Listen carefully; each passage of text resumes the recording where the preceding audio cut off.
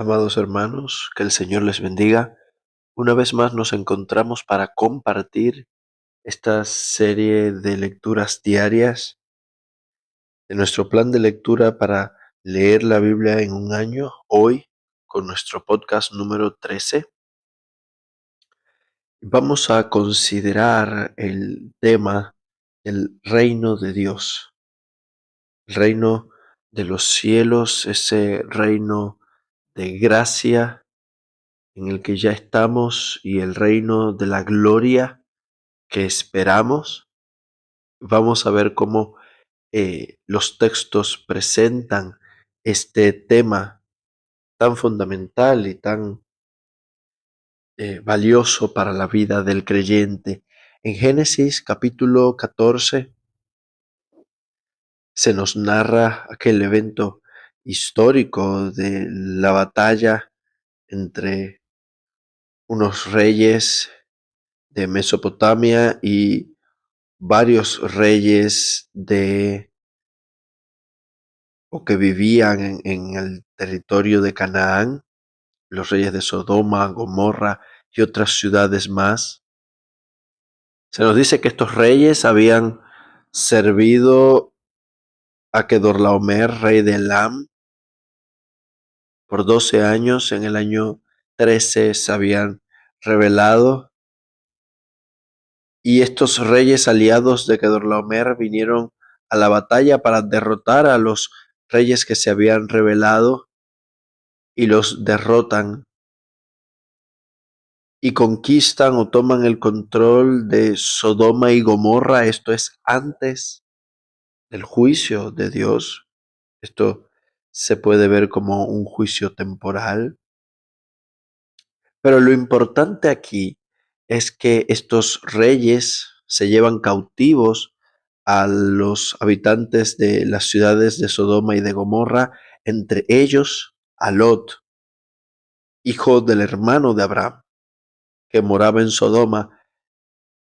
Se llevaron sus bienes y se fueron.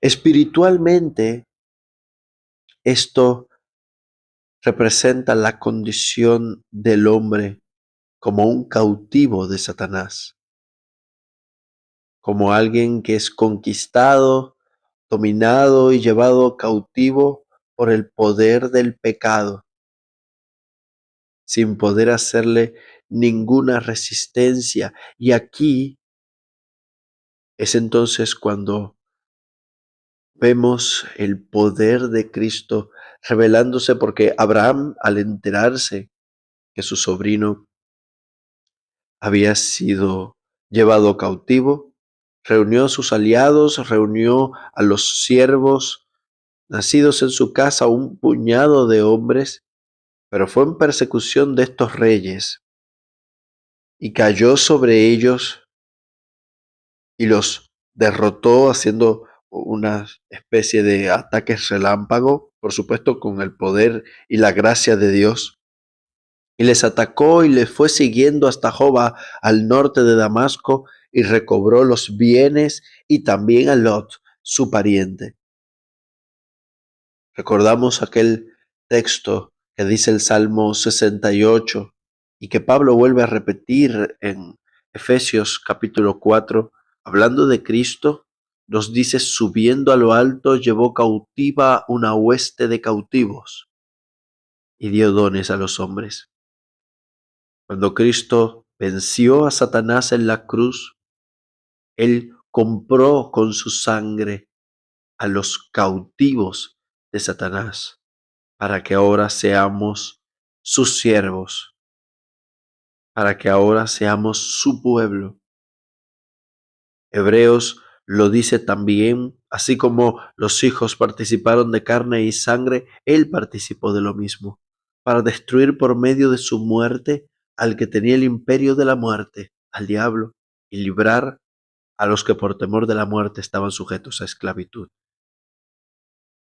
Lot era hijo de Dios.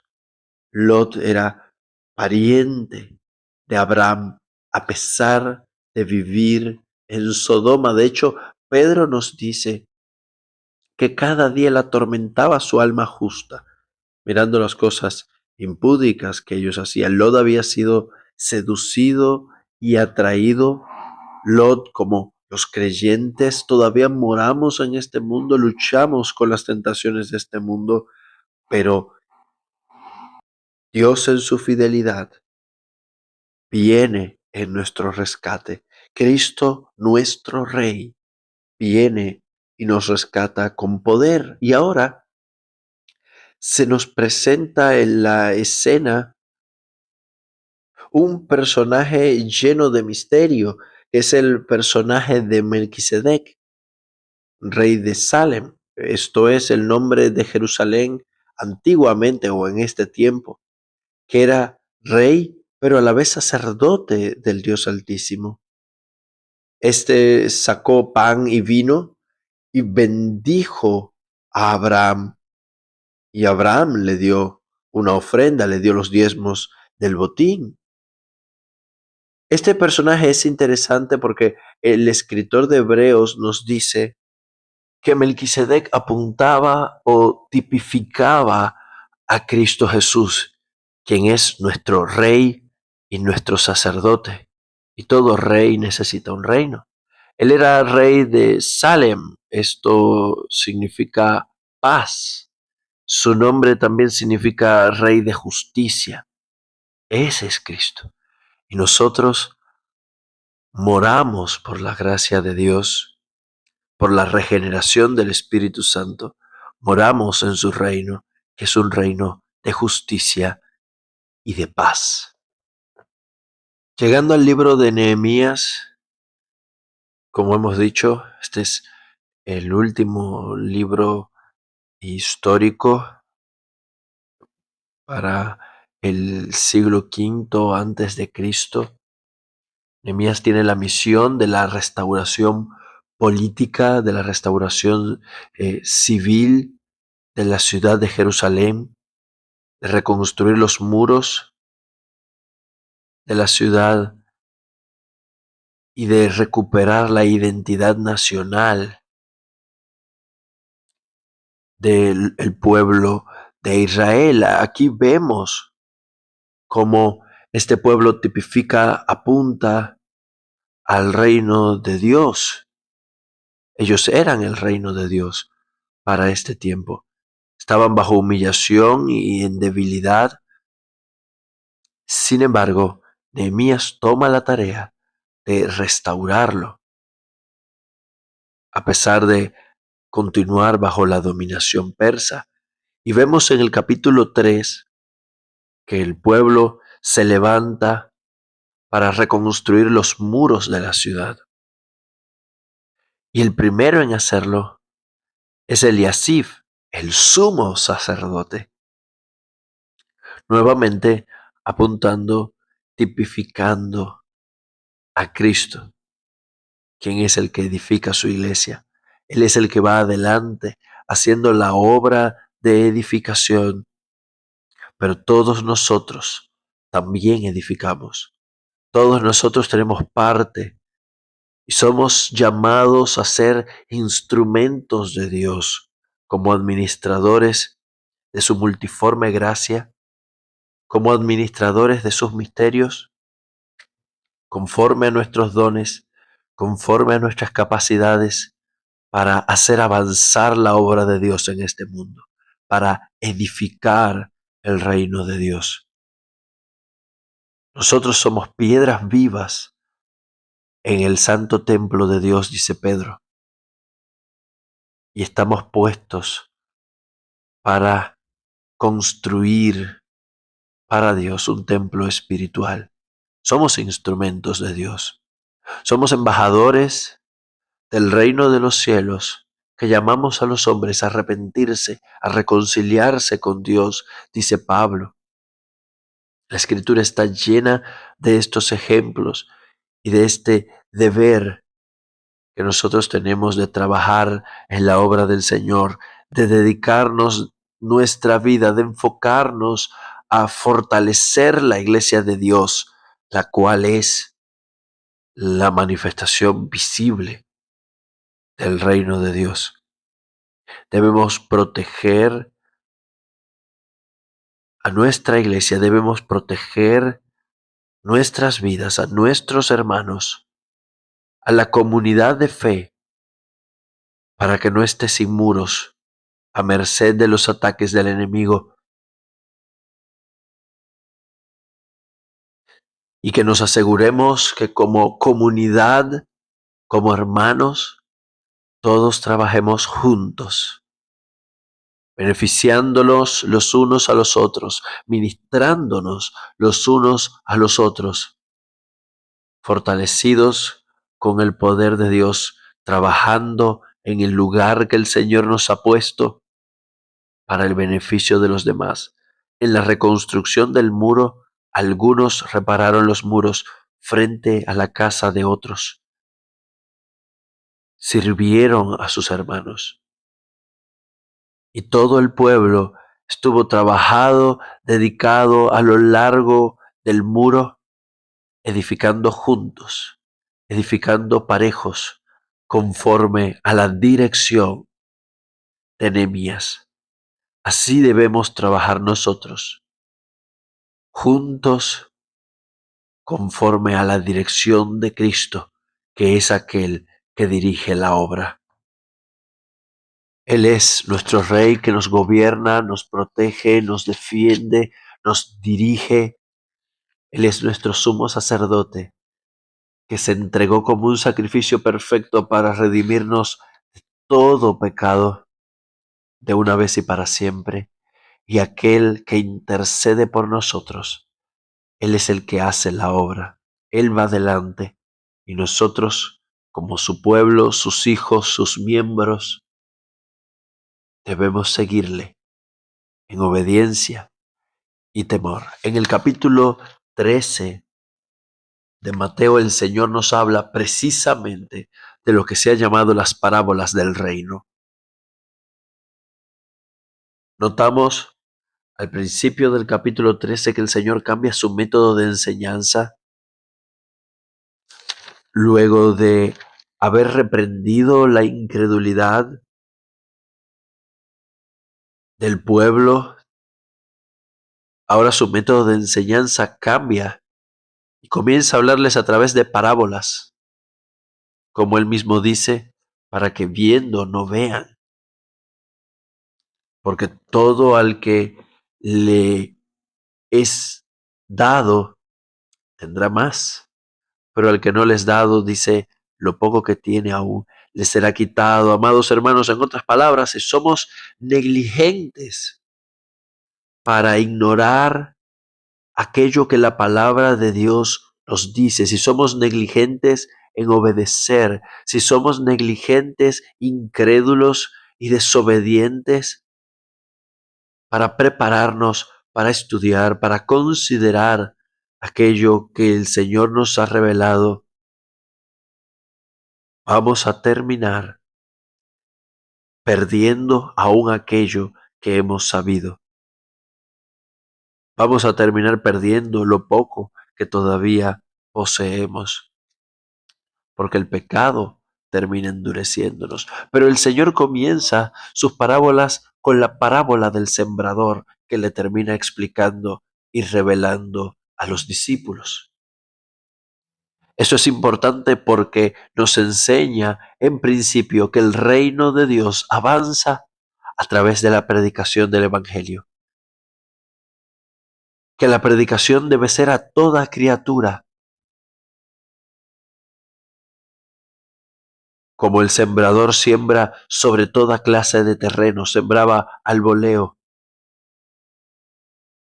porque nosotros no sabemos cuál de los terrenos, cuál de los corazones es el preparado por Dios, solamente vemos los resultados.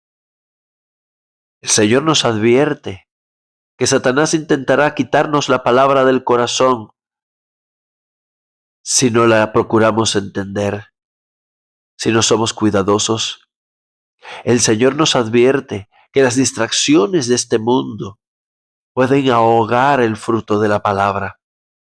El Señor nos advierte que las tribulaciones y las dificultades pueden llevarnos a apartarnos, Por eso debemos dar tiempo también y nos reconforta igualmente enseñándonos que la buena semilla que da en buena tierra, los corazones, la semilla que se siembra en corazones preparados por Dios, fructifica en un fruto abundante de gracia, cada uno en su forma, pero siempre sobreabundante.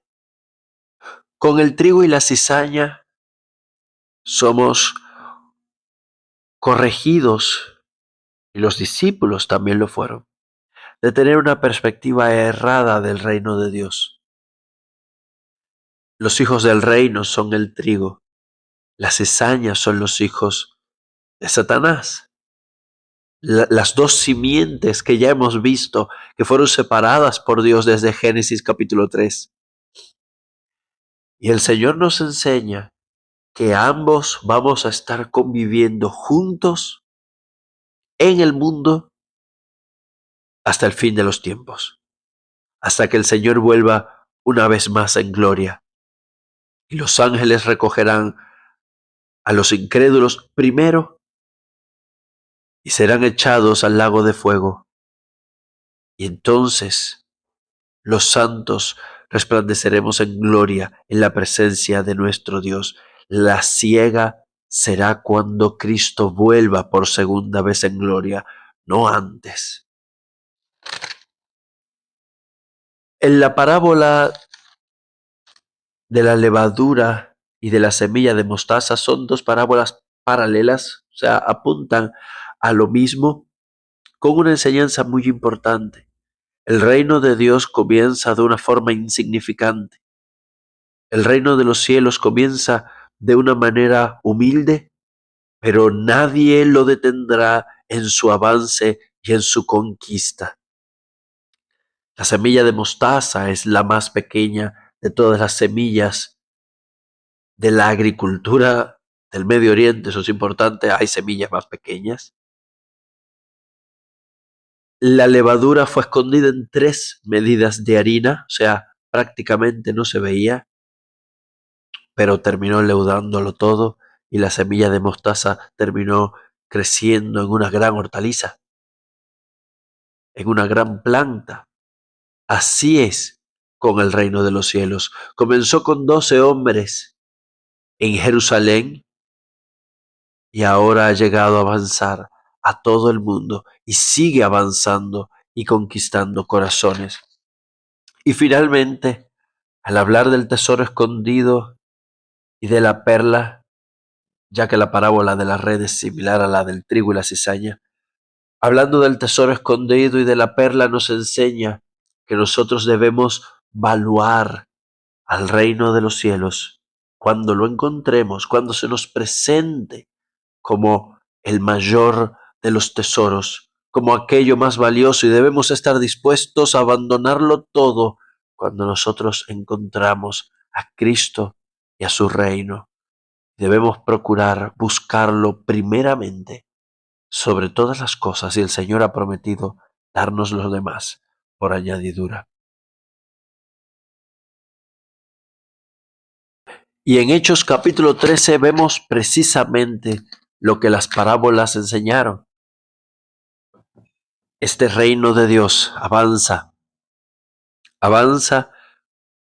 en medio de los hombres, avanza en medio de gran oposición en el poder del Espíritu Santo. En Hechos 13 nos encontramos en la iglesia de Antioquía, que estaba presidida por un grupo de pastores, eran profetas y maestros, hombres de distintos orígenes, muy diferentes, seguro, a juzgar por sus nombres y por sus antecedentes. Sin embargo, todos tenían en común que habían sido llamados por Dios para ministrar a su pueblo. Y el Espíritu Santo es el agente central, y esto debemos tenerlo muy presente.